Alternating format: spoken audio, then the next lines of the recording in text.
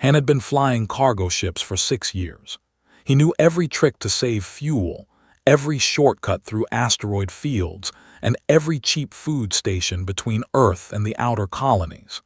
What he did not know was that today would change his entire life because of one stupid hand gesture. The trading station 7 floated in the darkness of space like a giant metal flower. Ships from 100 different worlds docked at its petals.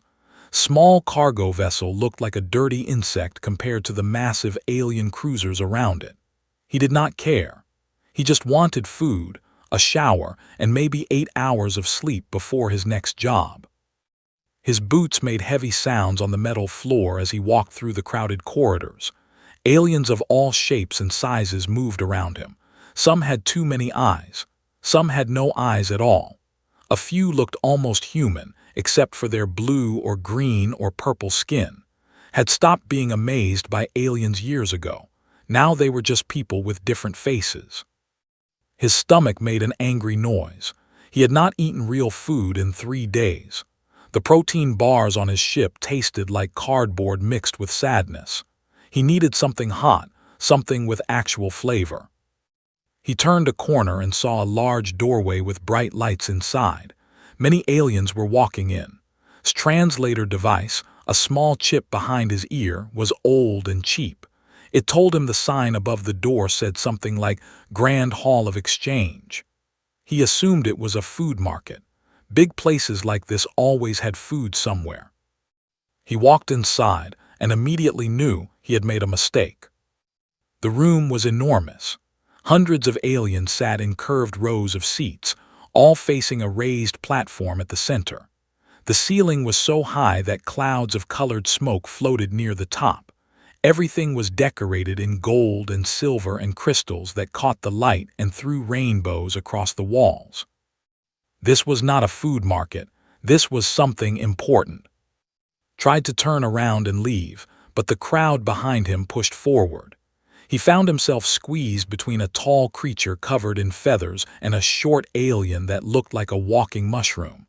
They moved toward the seats and moved with them. Fighting the crowd would only draw attention. He found an empty seat near the back and sat down. Maybe he could wait a few minutes and then slip out quietly. He looked at the platform and saw several aliens standing there. One of them was speaking in a language his cheap translator struggled to understand. Something about honor and ancient bonds and sacred duty. In the center of the platform stood a female alien who took his breath away.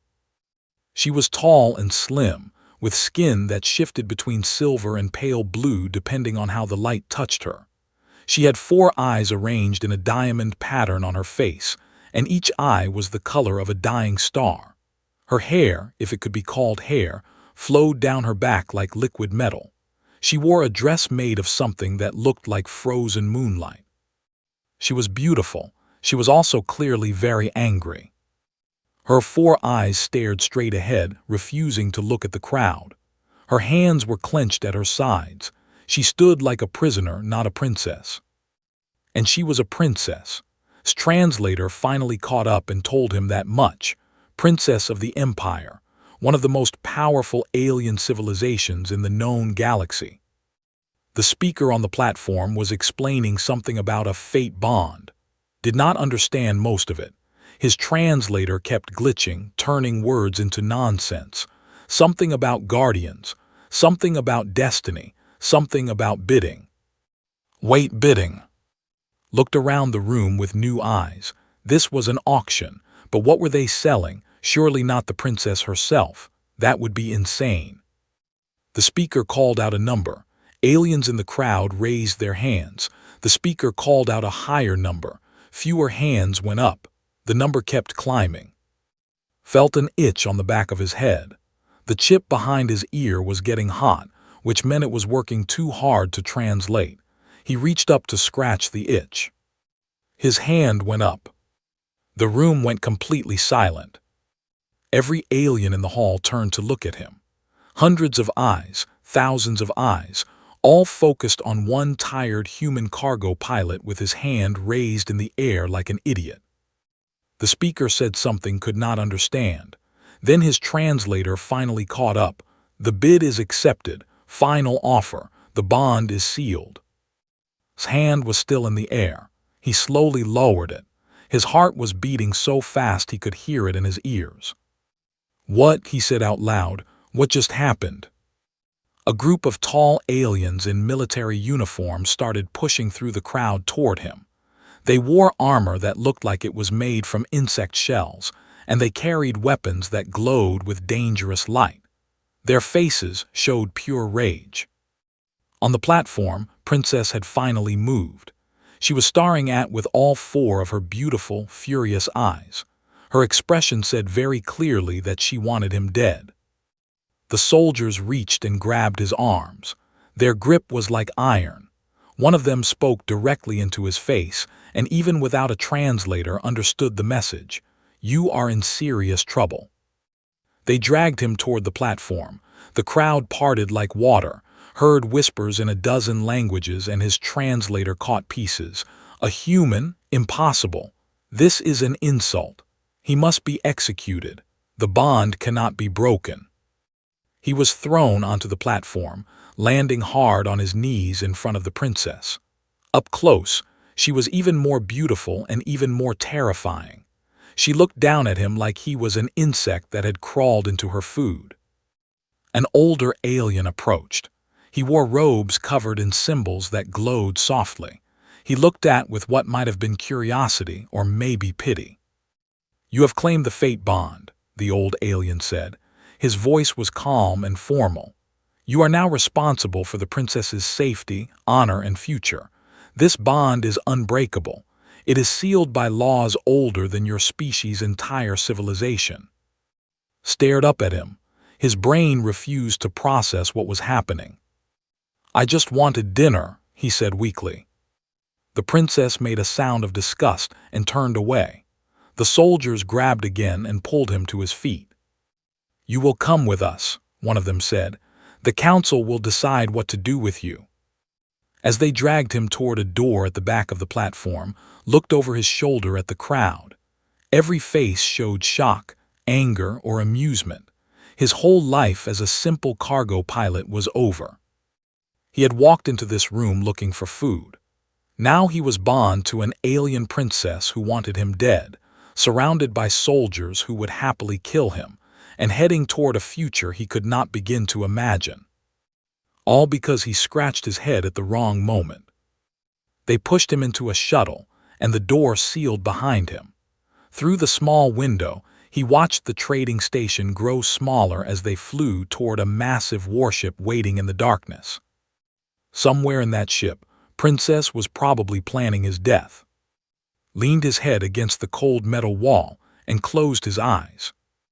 "I just wanted dinner," he whispered again to nobody. "Just some hot food, that's all I wanted." The universe, it seemed, had other plans for him. There was called Prime. Saw it through the shuttle window as they approached, and for a moment he forgot all his troubles. The planet was covered in crystals. Giant formations rose from the surface like frozen mountains of glass. Cities were built into these crystals, their lights glowing from within like trapped stars. Oceans of deep purple water surrounded the landmasses. 2 moons hung in the sky, one silver and one gold, and their light made the whole world sparkle. It was the most beautiful thing had ever seen. Then the soldiers pushed him forward, and he remembered that this beautiful world might also be the place where he died. They landed in a city called the capital. The buildings here were carved from a single massive crystal that stretched toward the clouds. Inside, everything was smooth and cold and perfect. Felt like a dirty spot on a clean white shirt. He was taken to a chamber so large that his cargo ship could have fit inside 3 times. At one end sat the High Council of the Empire, 12 ancient aliens in robes of silver and gold. Their faces were stern and wrinkled, and they looked at like he was a problem they had never expected to face. Princess stood to the side, surrounded by guards and servants. She still refused to look at him. She stared at the wall as if wishing she could walk through it and disappear. There was another figure in the room, a tall male in military armor that covered his whole body like a second skin. He had a face like a knife, sharp and dangerous. His 4 eyes burned with hatred as he stared at. "This is General," one of the council members said. He was to be the princess's intended. They were to be bonded in the traditional way, through negotiation and agreement between noble houses. Stepped forward. His voice was deep and cold. "This human has stolen what is mine. The fate bond is sacred, yes, but it was never meant for lesser species. I demand that it be voided." The oldest council member shook his head slowly. "The law is clear, General. The fate bond cannot be broken by any power. It is older than our cities, older than our written history. Even the Emperor himself cannot undo what has been done." His hands became fists. "Then execute the human. If he dies, the bond dies with him." Several council members nodded as if this was a reasonable suggestion, felt cold sweat running down his back. But the old council member raised his hand. "The bond protects both parties. If we kill the guardian, the princess will be marked as unworthy. No one will ever bond with her again. She will be unable to take the throne when her father passes." Looked like he wanted to argue, but he stayed silent. Politics, realized. Everything here was about politics. The council spent the next hour explaining the fate bond too. He learned that it was not slavery. The princess was not his property. Instead, he was hers. He was her guardian, her protector, her shield against all harm. If she was injured, he would feel her pain. If she was dishonored, he would share her shame. If she died, he would die too. And if he ran away, if he abandoned his duty, the bond itself would kill him. His heart would simply stop. There was no escape. "Do you understand?" the old council member asked when the explanation was finished. Nodded slowly. He understood he was trapped. But then a thought came to him, a question that nobody had asked. He raised his hand like he was back in school on Earth. "Yes," the council member looked surprised.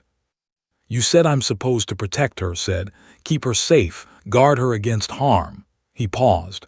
"What does she need protection from?" The chamber went silent. The council members looked at each other. The expression became even darker, and for the first time since the auction, Princess turned and looked directly at. Her 4 eyes were wide with something that might have been shock or might have been curiosity. "That is not your concern," said quickly. "The princess is perfectly safe within the empire." "Then why does she need a fate-bound guardian at all?" asked. More silence. The council members shifted in their seats. Nobody wanted to answer. Continued to stare at. He met her gaze and did not look away. He was terrified, yes. He was confused and tired and hungry, but he was also stubborn. Humans were always stubborn. It was one of their defining traits. "The audience is over," the old council member announced. "The human will be given quarters within the palace. He will learn our customs and our language. The fate bond stands." Soldiers came forward to escort away. As he walked past, he saw something flicker in her eyes. Not hatred, not disgust, something else. Maybe she had never met anyone who asked questions like that. His quarters were small but clean. A bed, a table, a window that looked out over the crystal city. A guard stood outside his door at all times but was too tired to care. He fell onto the bed and slept for 12 hours straight. He woke up to screaming. The sound came from somewhere nearby, muffled by walls but still loud enough to reach him. He jumped out of bed and ran to the door. The guard was gone. Ran toward the sound. The hallways were a maze, but he followed his ears. The screaming had stopped, replaced by sounds of fighting, energy weapons, bodies hitting walls, shouts in the language. He turned a corner and found chaos. 3 figures in black armor were attacking Princess' personal chambers. Her guards were fighting back, but 2 were already on the ground, not moving. One assassin had broken through and was raising a weapon toward the princess herself. Did not think, he did not plan, he simply ran. He crossed the distance faster than he thought possible. The bond was pushing him, giving him strength he did not normally have. He threw himself between and the assassin just as the weapon fired. The blast hit him in the chest. Pain exploded through his body. He flew backward and crashed against the wall. His vision went white, then red, then black at the edges. He could smell burning, his own burning. Through the darkness, he saw the remaining guards overwhelm the assassins. He saw standing frozen, her 4 eyes wide with shock. He tried to speak, but no words came out. Then everything went dark. He woke up in a medical chamber. His chest was wrapped in some kind of gel that glowed softly. He felt weak but alive. The doctors had saved him. A figure sat beside his bed. She was watching him with an expression he could not read. "You almost died," she said. Her voice was softer than he expected, less cold. "Did I save you?" His voice was rough, barely a whisper. "Yes." "Good." He tried to smile, but it hurt too much. "Apparently that's my job now." She stared at him for a long moment. Then slowly something changed in her face. Not a smile, but close. "You are either very brave or very stupid," she said. "Probably both," admitted. "Humans usually are." She stood up to leave. At the door, she paused and looked back at him. "Thank you," she said quietly. "No one has ever, thank you." Then she was gone. Lay in the medical bed, staring at the ceiling. His chest hurt. His whole body hurt. But somewhere deep inside, in a place he could not name, something felt different. Maybe this fate bond thing would not kill him after all. Or maybe it would, but at least it would be interesting. He closed his eyes and let sleep take him again. 3 months passed on Prime. The wound on his chest healed into a thick scar shaped like a star. He wore it with strange pride. It was proof that he had done something that mattered. During those months, everything changed. At first, they treated him like a disease they could not cure. Nobles walked around him in wide circles. Servants refused to meet his eyes. Guards watched his every move, waiting for him to make a mistake. But was a cargo pilot. He had spent years trading with aliens who thought humans were primitive and worthless. He knew how to survive as an outsider. He kept his head down, worked hard, and learned. He learned the language properly, not through a broken translator chip, but through hours of study every night. He learned their customs, their history, their songs and stories. He learned which foods were considered polite and which were insults. He learned how to bow correctly to each level of society. Slowly, very slowly, people started to notice. Princess noticed most of all. She began visiting him during his studies. At first, she said nothing, just sat in the corner and watched him struggle with her language. Then she started correcting his pronunciation. Then she started teaching him herself. They talked, really talked for the first time. "Why did you come to the auction that day?" she asked him once. "I was hungry," he admitted. "I thought it was a food market." She stared at him. Then she laughed. It was a small sound, barely more than a breath, but it was the first time he had heard her laugh. "You changed my entire life because you wanted dinner." "I really wanted dinner." She laughed again, longer this time. The sound was like music. From that day forward, something was different between them. The ice around began to melt. She told him about her life, about the pressure of being heir to a dying empire. Her father, the emperor, was old and sick. He had ruled for 200 years and soon he would be gone. Everyone was already fighting for power, positioning themselves for the change. "They see me as a piece to be moved on a game board," she said one evening. They were sitting in her private garden, surrounded by flowers that glowed in the darkness. "Not as a person, never as a person." "Is that why you were so angry at the auction?" asked. "Yes." Her 4 eyes grew distant. "The fate bond is supposed to be sacred, a connection between souls, but my father arranged it as a political tool. He was going to sell me to whichever noble house made the best offer. General 1 because his family controls the military.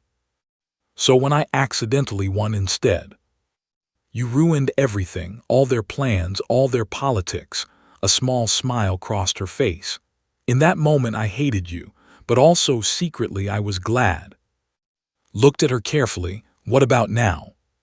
She was quiet for a long time. Now I do not know what I feel.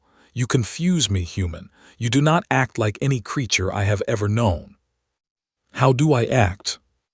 Honestly, simply, without games or hidden meanings. When you ask a question, you actually want to know the answer. When you make a promise, you keep it. When someone is in danger, you run toward them instead of away. She shook her head slowly. My people do not understand this. I do not fully understand it either. Smiled. That's just the human way. We're not smart enough for complicated tricks. We just do what feels right and hope for the best. It is terrifying, said, and also refreshing. As the weeks passed, began to notice strange things happening around the palace. Secret meetings between nobles. Messages that disappeared before he could read them. Guards who were not where they should be. He was a cargo pilot. He had spent years moving through the edges of civilized space, dealing with smugglers and pirates and people who lived outside the law. He knew what conspiracy looked like. Someone was planning something. He started paying closer attention. He followed servants who moved too quietly. He listened at doors when he was supposed to be somewhere else. He made friends with the lower workers of the palace, the cleaners and cooks who saw everything and were seen by nobody. What he found made his blood run cold. General was building a secret army.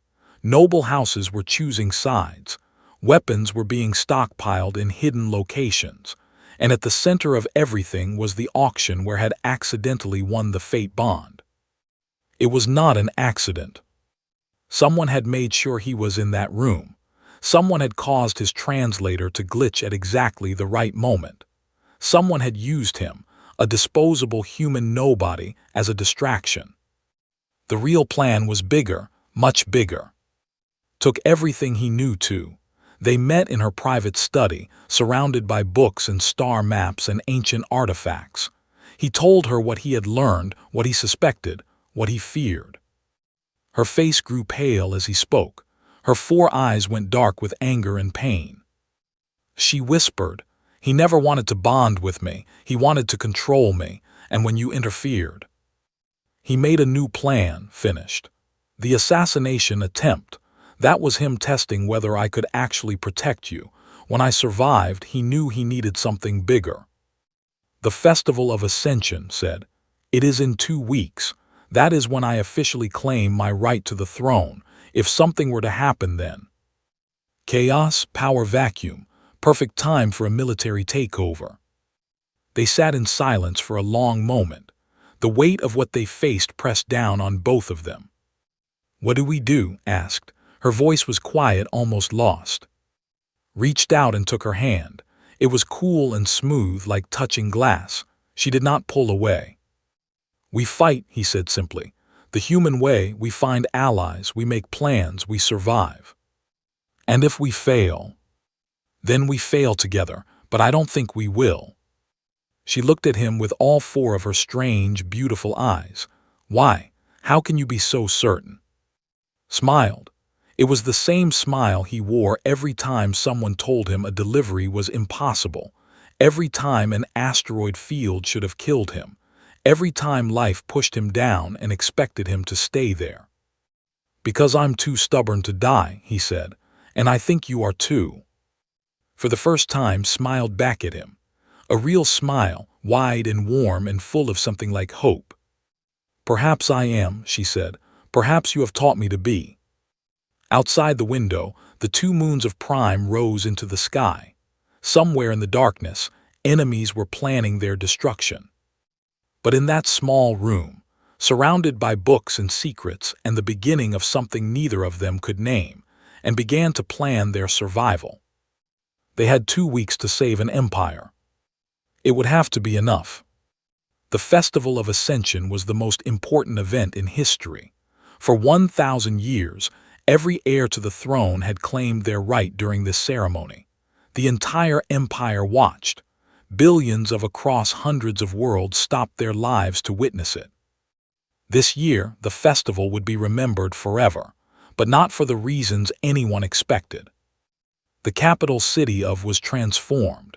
Every crystal tower was decorated with lights that pulsed like heartbeats. Music filled the air from morning until night.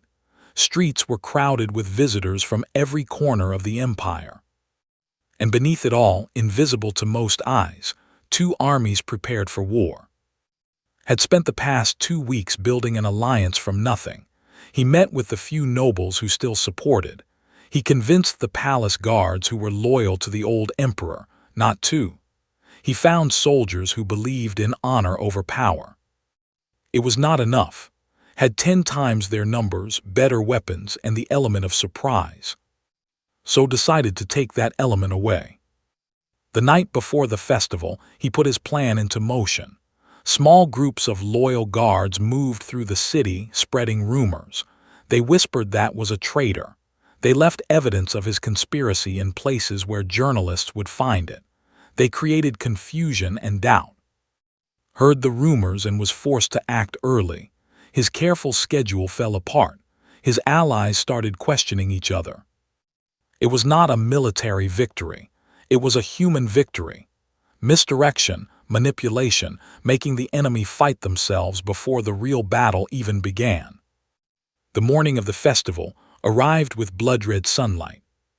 Stood in her chambers, dressed in the traditional robes of an heir. Her silver-blue skin seemed to glow from within. She looked powerful and beautiful and terrified. Stood beside her wearing the simple black uniform of a fate-bound guardian. No armor, no weapons, just him. "Are you ready?" he asked. "No," she admitted, "but I will do it anyway." He smiled. "That's the human way." She touched his face gently, her cool fingers tracing the scar on his cheek from a training accident last week. "You have changed me. Whatever happens today, I want you to know that." "Nothing bad is going to happen," he said with confidence he did not feel. "We have a plan. Plans fail. Then we make new plans. Humans are good at that too." The ceremony began at noon. The great throne room of the palace was filled with thousands of witnesses. The High Council sat on their elevated platform. The old emperor, weak and frail, watched from a golden chair that held his dying body upright. And General stood with his personal guard, waiting. Walked down the long crystal pathway toward the throne. Each step echoed through the silent chamber. Walked 3 paces behind her, as tradition demanded. The old council member began the sacred words. The ceremony was long and complex, full of ancient language that most no longer understood. But the meaning was simple, was claiming her future as empress. Halfway through the ceremony, made his move. "Stop," his voice cut through the sacred words like a blade. "I challenge the heir's right to the throne." Gasps filled the chamber. A challenge during the ceremony was legal but extremely rare. It had not happened in 300 years. "On what grounds?" the old council member demanded. "On grounds of corruption. The fate bond that binds her to this human was arranged illegally. The heir worked with off-world criminals to fix the auction and avoid her proper bonding with my house." Stepped forward, his eyes burning with triumph. "I have evidence, witnesses, proof." It was all lies, of course, manufactured evidence, false witnesses, but it sounded convincing. The chamber erupted in chaos. Nobles shouted at each other. Guards reached for weapons. The old emperor tried to speak but was too weak to be heard. This was what wanted: chaos, confusion. In the noise, no one would notice as his soldiers moved into position around the room. But noticed. He stepped forward, breaking protocol, and his voice rang out clear and strong. He had spent weeks learning to project his voice like the did, using the resonance of the crystal walls. "I have something to say." The chamber went quiet. Everyone stared at the human who dared to interrupt. General is right about one thing, continued. The auction was fixed. Someone did arrange for me to win the fate bond, but it was not the princess. He pulled out a small device and activated it. Holographic images filled the air above his head. Documents, communications, financial records. It was General himself. Moore gasped, his face twisted with rage. The General planned to control the princess through a forced bonding. When I accidentally interfered, he created a new plan: assassinate the princess, blame her human guardian, take power during the chaos. Pointed at the holographic evidence. Every communication, every payment, every order, it is all here. Lies, roared. This human is a manipulator. He has corrupted the princess against me. He drew his weapon and aimed it at. His personal guards did the same. But his allies were ready. From all corners of the chamber, loyal soldiers revealed themselves. The guards who had seemed to be were actually double agents. The nobles who had seemed neutral stood with. The trap had been reversed. Saw his situation and made a desperate choice. He charged toward, weapon raised, determined to at least complete his assassination even if his coup failed. Moved without thinking. He crossed the distance between them in seconds. He had no weapon, no armor, nothing but his human body and his human stubbornness. He grabbed his arm just as the weapon fired. The shot went wide, burning a hole in the crystal ceiling. Twisted the General's arm in a move he had learned from street fights on Earth's lower stations. The weapon clattered to the ground. But was a trained soldier. He was stronger than any human. He threw across the room with one arm. Hit the ground hard. Pain exploded through his ribs. He tasted blood. Grabbed another weapon from a fallen guard and aimed at again. Got up. His ribs were cracked. His vision was blurred. Every part of his body screamed at him to stay down, but he got up. He threw himself at again. This time the weapon fired directly into his side. The pain was worse than anything he had ever felt. He smelled burning flesh, his burning flesh. But he did not let go. He held onto with every ounce of strength he had left, keeping the General's weapon pointed away from. The loyal guards reached them finally. They pulled away and forced him to the ground. The General screamed in fury as they bound his hands. Collapsed. Blood pooled beneath him. His vision was going dark again, just like on the night of the first assassination attempt. But this time it was worse, much worse. He felt hands on his face, cool, smooth hands. Stay with me, she was saying. Her voice sounded far away. Do not leave me, that is an order. He tried to smile. I don't think I can follow that one princess. Empress, she corrected him, tears streaming from all four of her eyes. I am Empress now, and my first command is that you live. The darkness took him before he could answer. But somewhere in that darkness he felt the fate bond burning. It connected them, soul to soul, and through that connection he felt her will pouring into him. Live, she commanded. And somehow, impossibly, he obeyed. 1 year later, the empire was almost unrecognizable. Empress had changed everything. She opened trade routes with Earth and other human colonies. She reformed ancient laws that had kept common people trapped in service to noble houses. She created schools where children of all backgrounds could learn together. Some nobles called her a radical, others called her a visionary. Everyone agreed that she was different from any ruler who had come before. And everyone knew why. Had survived his wounds from the festival. The doctors said it was impossible.